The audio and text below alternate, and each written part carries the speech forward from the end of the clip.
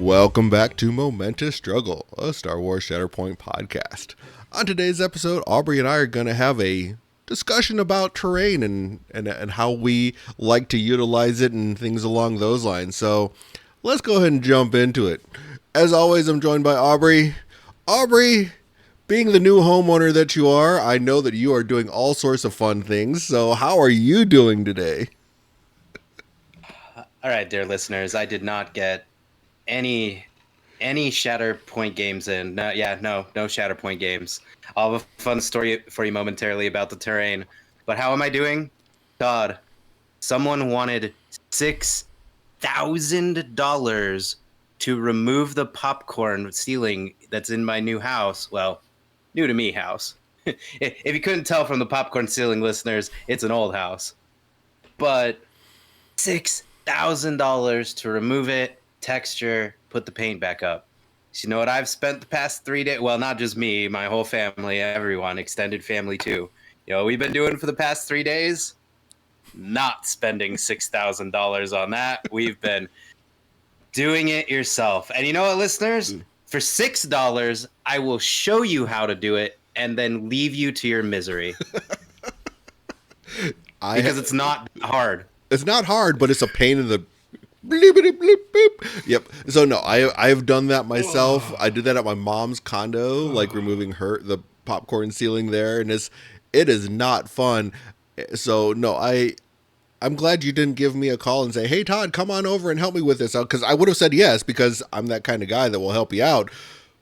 But I'm so thankful that you decided not to call me.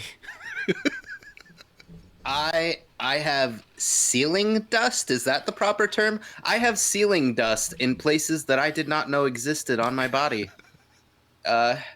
It's been an experience, everyone, and I feel like this is appropriate. I know this is just my life is happening to me right now, everyone, but I feel like this is an appropriate start to our discussion on terrain because there was a lot of levers that we were pulling. We were trying to figure out, well, maybe if we paid somebody to do a couple of the rooms and we did the others, and we're going to paint this way or we're going to paint that way, or we were just going to cover it all with paint. But no, it's gone. It's done. And now I'm here to talk Shatterpoint with you all and also give you tips on home ownership, I guess, if you want to hear more about popcorn ceilings. You don't. Trust me, you don't. People don't. No, I mean, I get it. I mean, like, I've been down that road. I'm glad that I own my house and I'm not planning on moving anytime soon. I mean, so, no, I get it. I actually I went out today. I met up with our boy Samson from, that plays over at IO. Him and I met up and played a game. And for some reason, I was like, you know what? I am tired of playing Dark Side. I'm going to play Anakin and Obi-Wan. Yeah. This you voluntarily rolled up the Galactic Republic? Yeah. For fun? For fun. I'm like, I played Anakin with Rex and Arf, and then it was Obi with Barriss and the Commandos. Obi with Barriss and the Commandos. Yep. Okay. It was okay. Wait. Who is your secondary on the other side? Rex. Rex and Barriss were my secondaries. Rex. Okay. All right. Yeah. Warning, listeners. This is day 3 of me removing the popcorn ceiling and helping with paint and managing. I'm pretty sure I was the only one taking orders instead of giving orders in the house at any given time. That's part of being married. That's just marriage. So I mean, you should be used to that by now. No. I don't mean that my fiance was giving orders. I mean that every other person was giving possibly conflicting directions to completing different tasks we were trying to complete. I mean, again, that's part of being married because your in-laws come over and give you 5 different directions.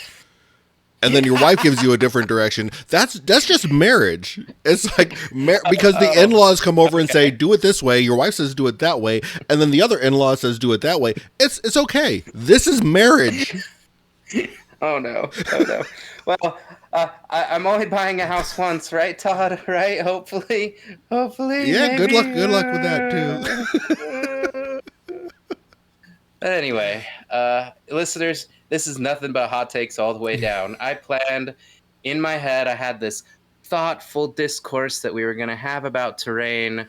Yeah, no, no, no. Out the window. I've got a beard. I've got a beer in my hand, and you're just getting my hot take. So if I get Yep. confused, uh, like who is your secondary? I know you just told me Rex. Rex and Rex. Barris. Okay, Yep. there we go. No, but it was so I ended up winning the match overall. Like in two, like we went to three struggles. We played on shifting priorities because that was his choice. I was like, okay. I was like, well, he's like, this is better for me. I'm like, yeah, whatever. I'm just here to have fun and roll some dice anyway.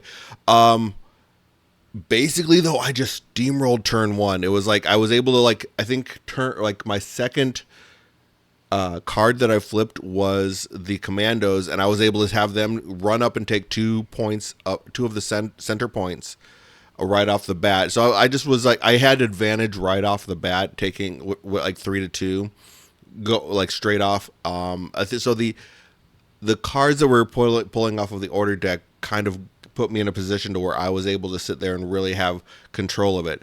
And shifting priorities, we know how that works. If you lose the first one, or if you win the first one, you're usually going to win the second one, which happened. And then third struggle, I pulled where it was the if you go A B C and then 1 2 3, it was C3, so my back right, and then A2, which so like the all the way to the center one, all the way to the left, and then B or no, I'm sorry, it would be that would have been C3, A2, and then B1, so like the top center. So like the center one for his deployment side, the right side for my deployment side, and then the left side in the middle. And I happened to be, I had Obi-Wan on the middle one. I had Rex and my ARFs on the back one of my closest to my side, and nobody was on the one closest to him, but I was activating. So I turn and flip. Barris was like all the way up front on his side of the board. I flip Barris. Barris runs onto that point, and basically I score 4 points right off the bat. He ends up like on his turn flips over Magna Guard, which were the only ones that were close to that point. And he brings he moves them both over, and he was like debating, do I want to sit there and try and beat the crap out of Barris, or do I just want a defensive maneuver and put both of them on? He got greedy, wanted to beat up on Barris. And I was like, No. okay. So he does that, does enough damage with one of them, but basically what happened was I ended up getting enough expertise. I think it was either 2 or 3 on her expertise chart, where the on her expertise chart as a second level of her expertise chart, I get a reposition. So basically, he shoved her, but then I could reposition her so that the other Magna Guard was not able to attack her, and he wasn't close enough on the point, so that it was still tied with Barris on the point, but out of melee range of the other Magna Guard, and the other Magna Guard, the original Magna Guard that attacked was on the point. So we tied that point, so that I basically was able to score all 3 points again my turn. It was brutal. Oh, wow. I mean, that is something we talk about. I mean, it feels right to attack, but sometimes, Yeah. yeah, sometimes it doesn't work out the way you want. And we Wow. talked about that. It was like Wow, he's like, that's pretty yeah, I cool. should have done the right thing and just moved both of them on the point and flipped the point. But it's like I really want to roll dice and try and kill somebody, and it wasn't the right move just because of that. Because in that particular situation, granted, I still had to control of 2 points, and who knows what would have happened on the following things and everything along those lines. But it was a fun game. We had a good time playing and just hanging out and playing a game. So I was like, and I always like that, just meeting up and like hanging out at the store and rolling some dice and hanging out. That's awesome. That's awesome. I do have my terrain story. So, LVO is coming up. Hmm. I said I would send terrain. I When I said I was going to send terrain, I had not known I was going to buy a house. And here we are at the weekend of like I gotta hand my terrain over to you, Todd, so that it can go to LVO. So, not everyone in your family can be up on the ceiling for the hours that it takes to get all the popcorn down. Not everyone can do the painting. Even I have been told that I'm not allowed to paint large walls. Apparently, I still have some work to do, and hopefully, Shatterpoint will help me with my painting skills. So I'm doing all the prep work, and so my fiance's parents are both helping us. They have a friend from out of town who's helping. Like it's been a wild ride. But some of the people who want to help us can't get on a ladder, can't do some of the more physical things, can't do stuff, and they're like, "But Aubrey, we really want to help you." And most of them are artists. So, do you want to know what was happening in the back of my new house where the game room is going to go, Todd? Can you guess where this is going? So you had like a group of people just doing terrain. That's fantastic. I love it. So I'm assuming, and knowing that your in-laws are mostly Hispanic, I'm wondering what this conglomeration of terrain is going to look like when I actually get my hands on it. Okay. So, I was going for a very aquatic theme, and I knew at least, possibly more. Uh, the genes run strong in this family. At least three of them are ADHD babies, uh, including the future mother-in-law. Everyone, it's fantastic. So I had finished enough of the train. I had 3 or 4 buildings done already. Like, come on, I've been working on this too, Todd. And so I have this like aquatic theme that I'm going with, like some turquoise and blues, and so like I had this theme set up. So because I knew if I just handed him my paint and my terrain, I was gonna get I don't even know what I was gonna It get. was going to be a And fiesta of even terrain. I understand this. and even then, I had to say like 3 times to each of the ADHD babies, this color is for the accents. This color is for the walls. This color is for that. And if you have nothing else that matches anything else, here's your 4th color.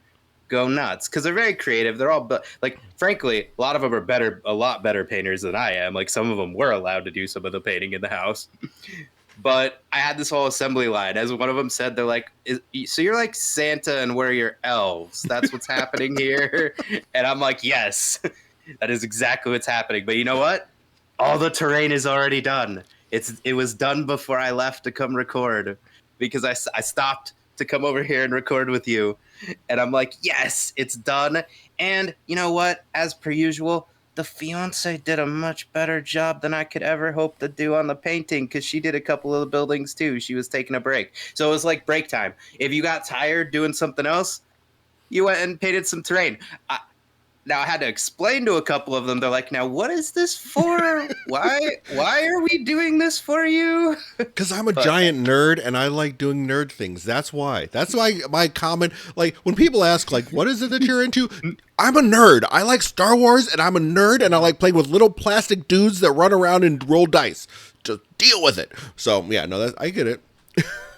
oh, entire sidebar, everyone, not related to Shatterpoint at all. But just so you know, if you are a local listener here in the Phoenix area and you're looking for something to do, well, too bad it happened yesterday.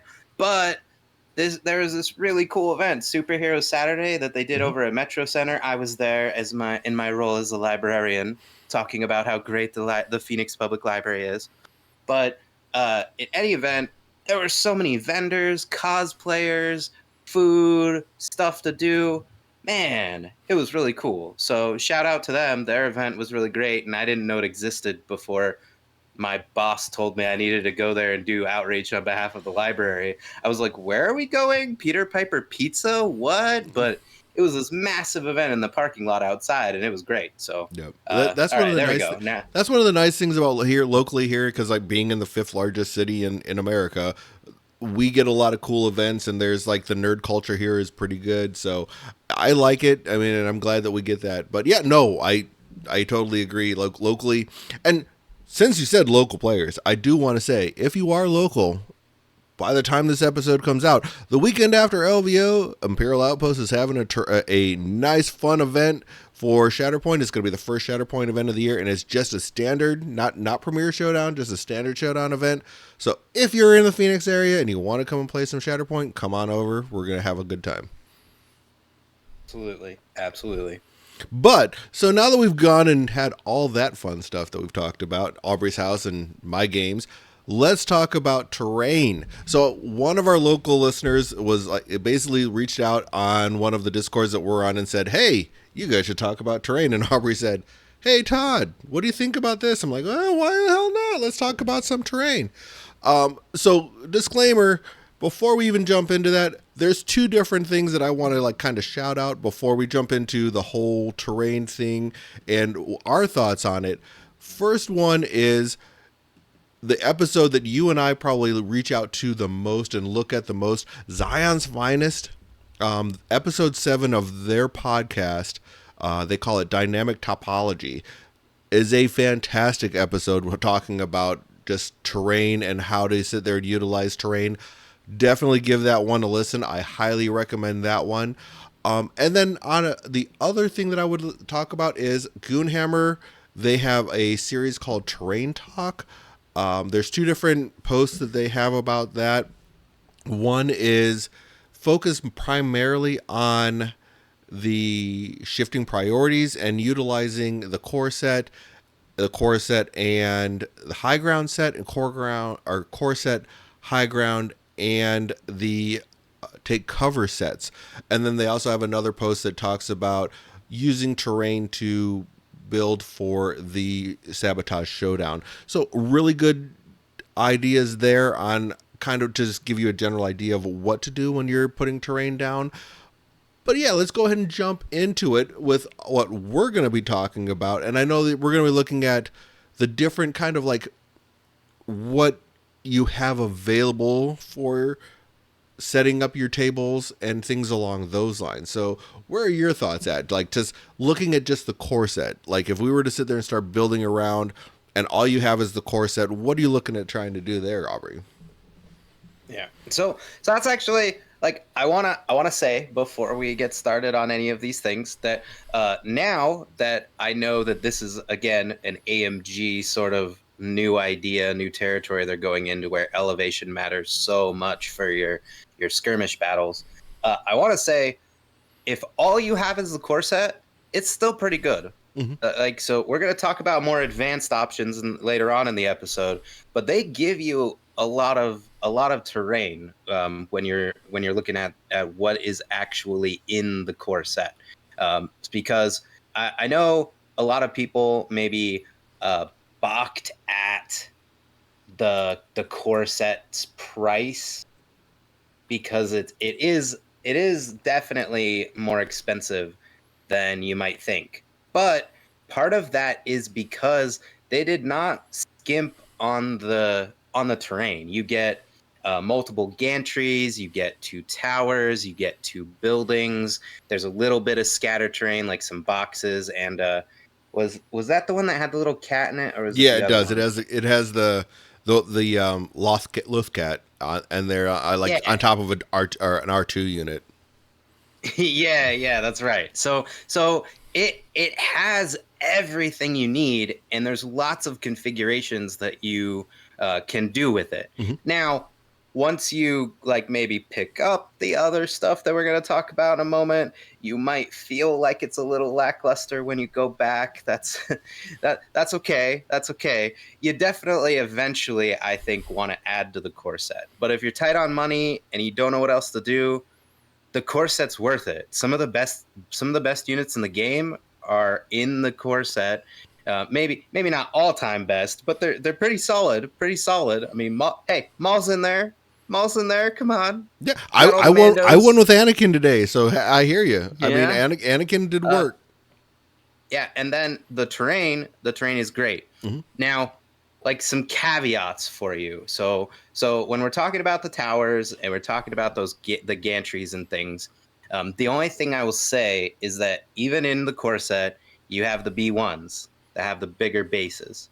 So when you're setting up your terrain for the first time, you really want to make sure that if you're putting objectives on the towers, that there's also gantries near them, because otherwise some of your units will not get to play on those spots. So Right, Todd? Remember? without a doubt. So here's one of the things that I like to do. So yes, you can set up those, and especially like if you look at the AMG photos that they use, they have the gantries or they have the tower set up with it sitting kind of high with that high point off on its own. Like where it's yeah, and that's a lot of times where you end up having that one point where that your objective is sitting on. I like to flip the way that those are sitting so that the the high point is facing towards the middle of the screen or of the table, and then I put a gantry on top of that and connect the other high point of the other gantry to that so that it's the higher spots are and where the points are actually like two levels up. So you have the ground level, the second level, and then the third level, I guess. So the third level is where your point is, but it's a large enough for all of the bases to fit on. I like putting my point on like that way. You don't necessarily have to, but I like doing that so that it doesn't take away from those large base units being able to sit there and get onto that point. Right, exactly. Which brings me to my second point, because I'm very deliberate when it comes to instructions. I follow the instructions. The instructions clearly show those little like legs that come down off of your gantries, your bridges. Yeah. We're calling them gantries, but they're bridges. I don't recommend putting those on. Nope.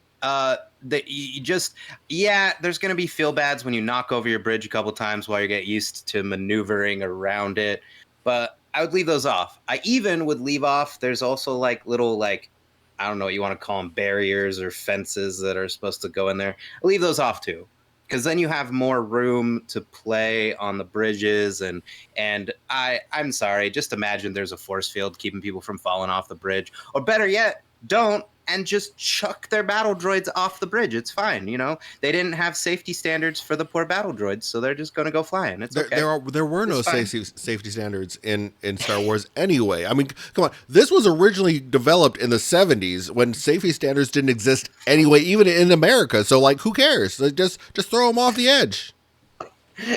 Wait, but I thought the U.S. military had so much standardization going on at that Yeah, time period, standardized. We Todd. don't care. No. The standardization was we don't give an F. What the heck happens? Come on now.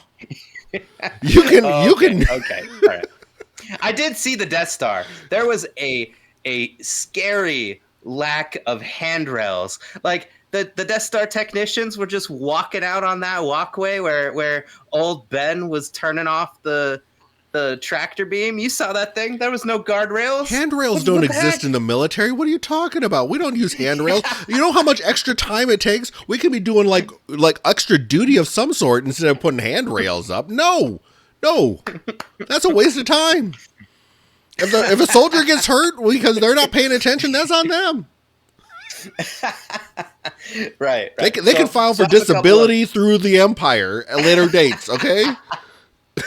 oh, I don't even want to know how much paperwork you have to go through with the Empire. Like, is Palpy hanging out in his office signing off on No, those? Like, I don't he think so. regulates that down the chain for sure, man. No, he's like, no, I don't deal with these disability claims. Let's deal some without someone else is going to deal with that nonsense. Hey, we saw what he did with Anakin after Mustafar. Clearly, you ain't joining the Empire for the health insurance plan. That's for sure. No way at all. No. So yeah, so I mean, but overall, this core set will work. You definitely want to expand on that. The biggest thing I would say when you're setting up, if you only have the core set available, though, is you really want to make sure that you have terrain going down that center line. Like that's really where you want to have your terrain at, because especially like now that we have two different mission packs, you're always going to have three on that center line as of right now, time of recording. I mean, granted, more mission packs may come out that'll change that, but that's where you're at least going to always have 3 points. So you definitely want to cover all of that with terrain, and then kind of shoot off like your terrain from other points for sure when you're starting to sit there and build your table. Yeah, and definitely, I would not build your gantries, your bridges the same size, because we talked a little about that in the Discord too. And like I recommend having like a long one and then making two smaller ones. And then the cool thing is that like sometimes you can connect one of those towers to one of the larger buildings, Hmm. or you can, connect. You can change where those buildings are. They can be freestanding, and like you're gonna want different size gantries, because we've run into that when you're setting up a table. You put all the buildings out, you got the objectives out, you figured it out, and then you're trying to put the bridges on, and you're like, oh, this is much closer, or this is, oh no, this is much further away than I expected, and then you're scooting things around and you get messed up. Just have different size ones. Just have different sizes available to you, so you could just be like, okay, let me take out that one and put the other one in. Yeah, having different lengths of your gantries is definitely important. Granted, I mean I have two core sets, so like I was able to sit there and make multiple different lengths of different gantries. Not everyone's going to have that available to them, but yeah, if you can sit there and have different lengths of your gantries to sit there and help you make your terrain set modular, and like how you can sit there and like place everything, definitely adds to the enjoyment of playing the game, because you don't want to sit there and have the same terrain set up every single time, and being able to just kind of shift things around just a little bit sometimes can make it fun. Yeah. And don't forget diagonals. we Yes. we kind of get stuck in our brain where, like, okay, I'm facing off against this opponent that's across the table from me, and you kind of get into this mode of, well, I'm just going to put everything perpendicular to us. Nah, change it up, go 45 one way, go 45 the other, Hmm. do other degrees. Just like, you can tilt things, make it you so if you're stuck and all you got is a core set, just remember it can be different every time. You could play a game with just the towers and the buildings. Try it without the gantries at all. Just remember, if you're playing with the B1s or the B2s or somebody else with a big base, you're going to have a rough time if you put objectives on there. But, sometimes that's also interesting. It can create a puzzle. Like, I've had a game, I think a game with uh, Chris, right? Hmm. Chris Sampson. Thinking here. Everybody's names. I'm tired. Everybody. Like, we had a game where that was part of the puzzle, where like somebody got up on a point early, and it was so narrow on the. It was either a tower or maybe one of my 3D printed buildings, and only one unit could get up. Whoever got up there first, you were then playing tug of war with them. Yeah. Well, that could be an interesting game. You probably don't want to do that every time, but if you want to work out that puzzle, go for it. That's okay. You got terrain, mess around. Without a doubt. Yeah, no, they're definitely a fun way to go. So, like, if you decide, hey, I bought the core box, I'm really enjoying this game, but the core box terrain is just not quite enough to sit there and really fill up a table, there's a couple of options that you have through AMG anyway to sit there and kind of expand on that. There is the high ground terrain pack, and there's also the take cover terrain pack. And again, what talking about what they have to offer on the Goonhammer site, they do go into a couple of different options as far as what you can do building the terrain wise, and setting up terrains. Like, they kind of have like these cool little cards that show how to set everything up if you have those two sets. And to echo what they say in on Zion's Finest, the high ground pack is definitely worth purchasing because it has that really cool large tower that they have. You get some extra gantries. It definitely adds to the total game and game scenario that you have to sit there and make things a little more enjoyable, a little more challenging as far as placement goes, because a lot of this game is about placement and utilizing where you are on terrain, where you are, where how the terrain impacts line of sight. It's definitely something that you wanted to add to that. So high ground pack, definitely something I would recommend adding in, just like they talk about on Zion's Finest. Yeah. And what I have to say about the high ground pack, just to add in here, is the tower alone is worth the money. The tower is really cool. There's a lot of different configurations. You can put multiple gantries on multiple levels on that tower. and the tower is just great. It has built in ladders, so you've got your ingress points to climb up. Um, I will say be careful. There's little cool antennas that are on the top, and myself and others have noticed that they get damaged really easy when you're transporting them to and from the game store. I might not be the most careful person. I'm working on it. I'm working on it. But like, keep an eye out for stuff like that. But that alone is good, and then it gives you, like Todd was saying, more of the gantries, more of the other stuff that you want. So I know it looks like it has a hefty price tag on it, but like, if I was going to add an addendum to, hey, you can just play with the core set, it's okay. Well, if you just have the core set and the high ground pack, you have a lot of configuration options for a lot of different games, just with those two things. So if I was going to tell you what is the easiest thing to just purchase and take out of the box and assemble and play with, high ground pack. Without a doubt. Yeah, it definitely adds to the replayability of the game, and I think that's ultimately. I mean, replayability. You're going to get that no matter what with just all the different models that you have. But it can get a little stale if you're just using that core box terrain, and it's like you can only set that up so many ways. This definitely adds the element that you need when it comes to the terrain of how to sit there and set up your board so that you're playing over and over again. And I think that's when it comes to tabletop gaming, the terrain is so important, and this one set definitely adds to the dynamic playability of the game for sure.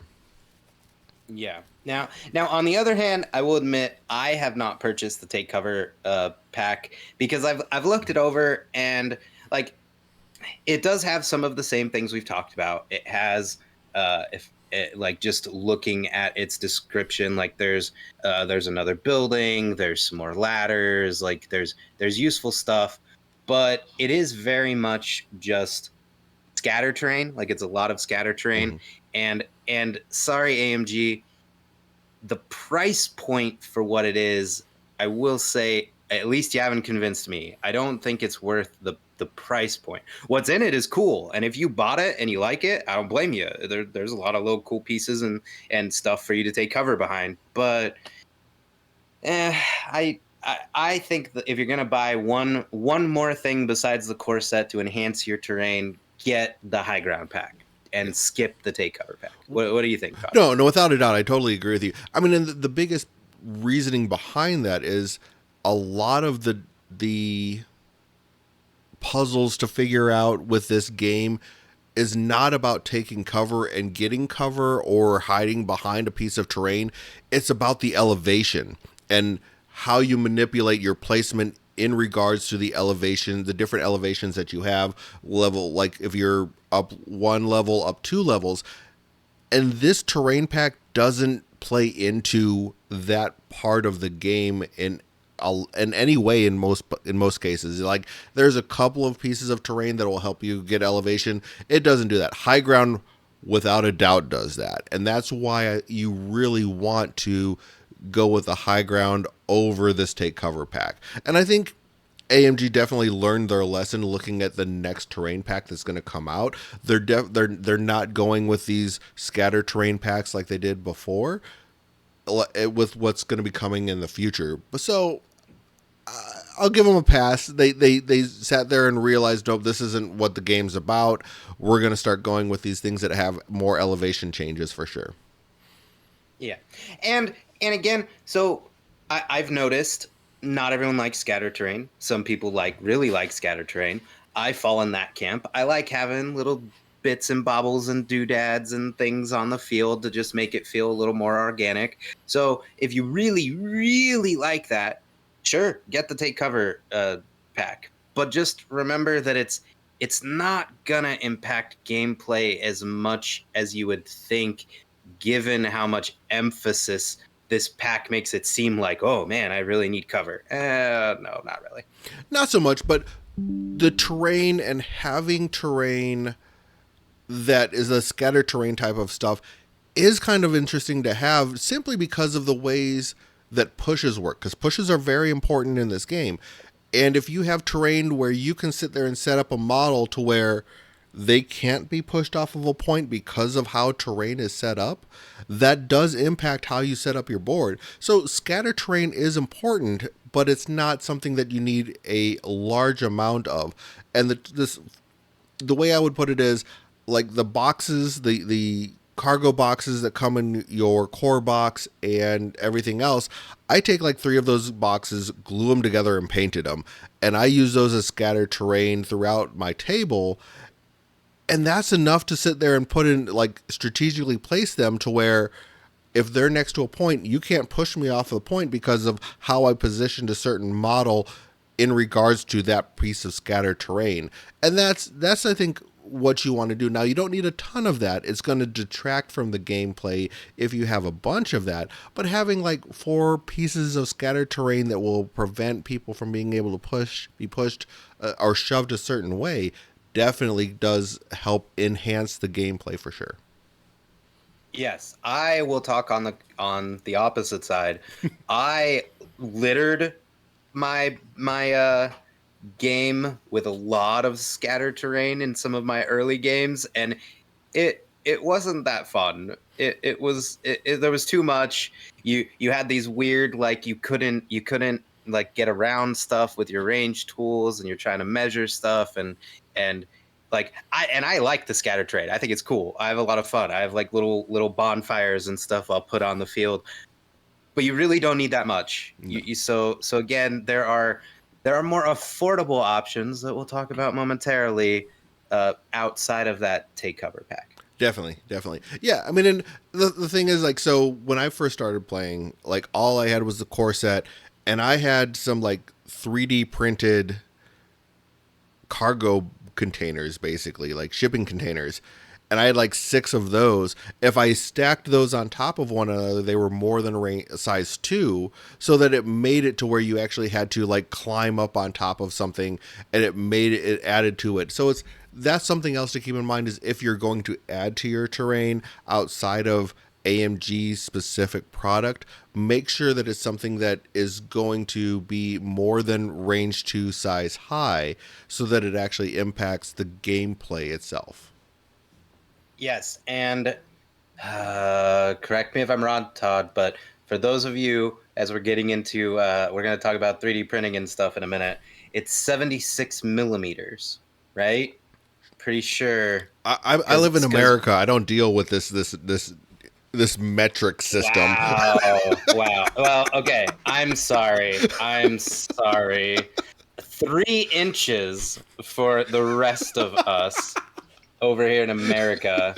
But the But rest it's of the three world who inches, actually right? uses like the logical system of measure. Anyway, so it's 3 inches, right? So 3 inches equals what in millimeters, internet? 76 millimeters. Yeah, Okay, exactly. thank Again, you. yes, I understand Thank that is the more you. logical way to measure things is the metric system, because here in America Well, we don't care about logic. oh, fun historical fact, everyone. So the United States actually established the standards for measurements and tools and even like thread degrees and stuff after World War II. Do you know what America also did? It exempted itself from having to follow the standards that it created for everyone. And that's why we live in the world in which we live. God bless Fun, America, you fun, idiots. fun historical fact for you. Oh, But gotta anyway, love so it. 76 millimeters is your friend. So as we get into the next phase of terrain, just let you know that's your 3 inches, 76 millimeters. That's what we're talking about. Makes It's sense. important in a moment. It is. So yeah, no, but it totally.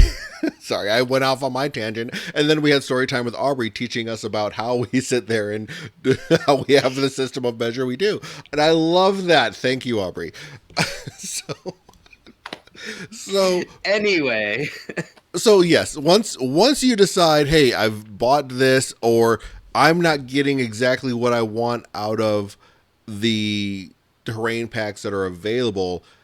Imperial Terrain, totally not sponsored by us at all, but Imperial Terrain has some amazing terrain stuff that you can sit there and utilize to sit there if you do like want to go down the road that Aubrey has gone down and say, I know nothing at all about playing miniature gaming, but I'm going to go ahead and invest in this 3D printer because I think that's cool and I want to sit there and print shit that I didn't even know I wanted to print. So you can go down that road and buy a 3D printer, and if you already own one, Imperial Terrain is totally the way to go. They have created a lot of really cool modular terrain that you can utilize specifically for Shatterpoint.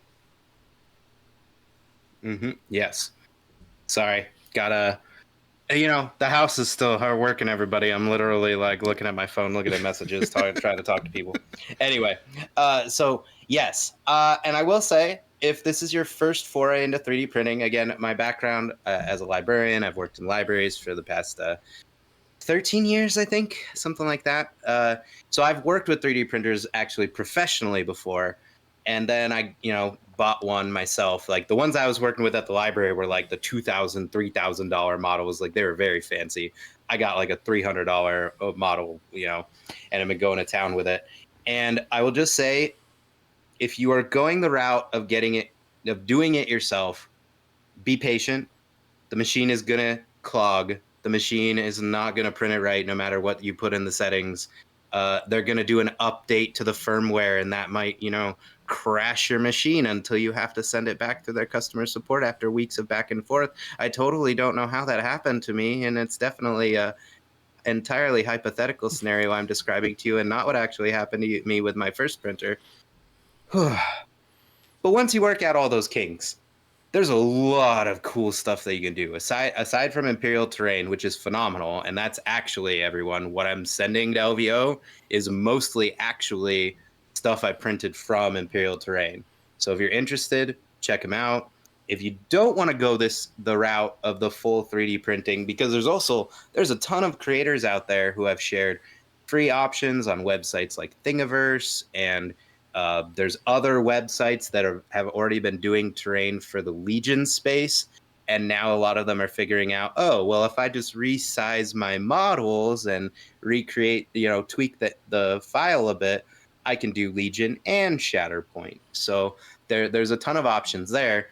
But you also can just buy it. If you want to throw money at this problem, there's a ton of sellers on Etsy, on eBay. I believe even Imperial Terrain will just print it and send it to you for them. They have that option on their website. I haven't exported it because, like I said, I was crazy and I jumped into the 3D printing right away because it was my second time around. Mm-hmm. I don't know if I would have done that if I had never done 3D printing before, but I was like, okay, I've troubleshooted with one of these before. I think I can figure it out. So uh, those options are great. That's actually where I got a lot of my scatter terrain was from. I believe the seller is called Ender Toys. Yes. They do a lot of they do a lot of different options on there, and it's relatively affordable. I mean, don't go too far off the deep end. But the options you get for yourself, like I've even gotten this set that I really just love because one, they're great buildings to play on, but they also double as storage containers for your cards, for your tokens, for your dice, and you just print them out. And Mm-hmm. they're really cool. Like I use those almost every game because one, it's carrying all my stuff for me, and you just pull it out, you pull your stuff out, and then boom, set the building on the table. Done. You just doubled not doubled your effort, halved your effort, Yeah. right? Because you opened it and then put it on and then played on it.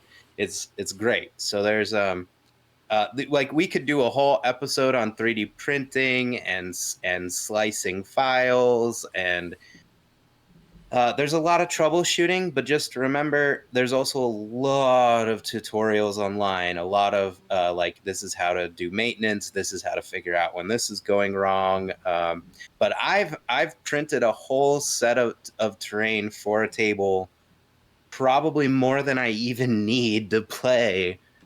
And I mean, I didn't have the 3D printer for that long. It's been maybe 4 months. I mean, it's hard to remember because I did have, like full disclosure, I did have a lot of back and forth with the customer support over in China trying to get my 3D printer to work. So be patient. It's working great. It's humming along like clockwork. I'm printing out more stuff. Hopefully for prizes for future events, maybe. Nice. So But one of the other things to keep it's in been great. mind, if you don't have a 3D printer, I know two of the LGSs that we go to, which is Tabletop Wargamer and Imperial Outpost, they both have 3D printers in shop where if you needed to have something printed, they will print it for you. So you might want to look around to your LGS and see, hey, do you guys have a 3D printer? Can you print stuff for me? And if you have the file available, you can send them the file. They can print you whatever you need.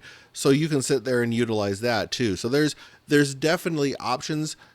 Look around to what options you have available to you to help you sit there and make terrain so that you can enhance your gameplay experience no matter what your situation is. So maybe you don't want to spend $70 to sit there and get a terrain pack, or that's just not in line for you, but you can spend $30 to sit there and have your local shop sit there and print off a couple of extra pieces for you to enhance the table that you have.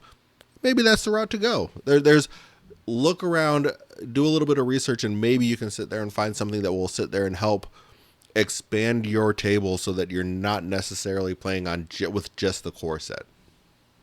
Yeah, and again, we're talking.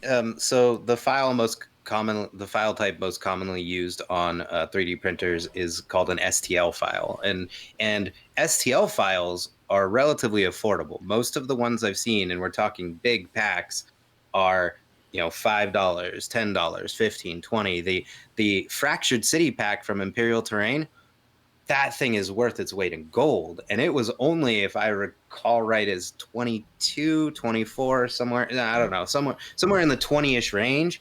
And let me tell you, it is a steal at that price. Like thank you, Imperial Terrain, because there are less affordable options out there for STL files. And that one, if you buy nothing else, and again, we're not sponsored, so I'm not shilling. If you buy nothing else for your 3D printer, that set has so much stuff in it. I haven't even printed everything yet, Todd. I Right? have a full table, and I haven't even printed every file that's available in the STL pack from Imperial Terrain. Like, it's great. Yeah, looking at their website right now, Fractured City, the base set, just the base set for their digital STL file, $22.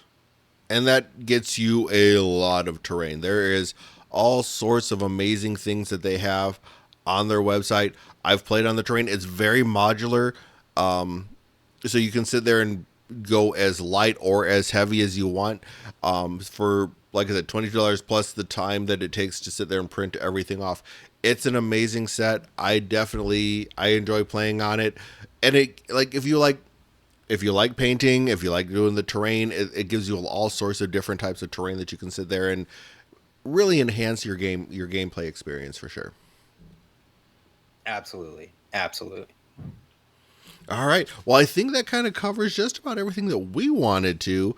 One last thing that I did. Well, you know what? I'll save this for the next episode because we're going to sit there and talk about some upcoming boxes. But yeah, I do want to sit there and say thank you for everyone that has come on and listen to us.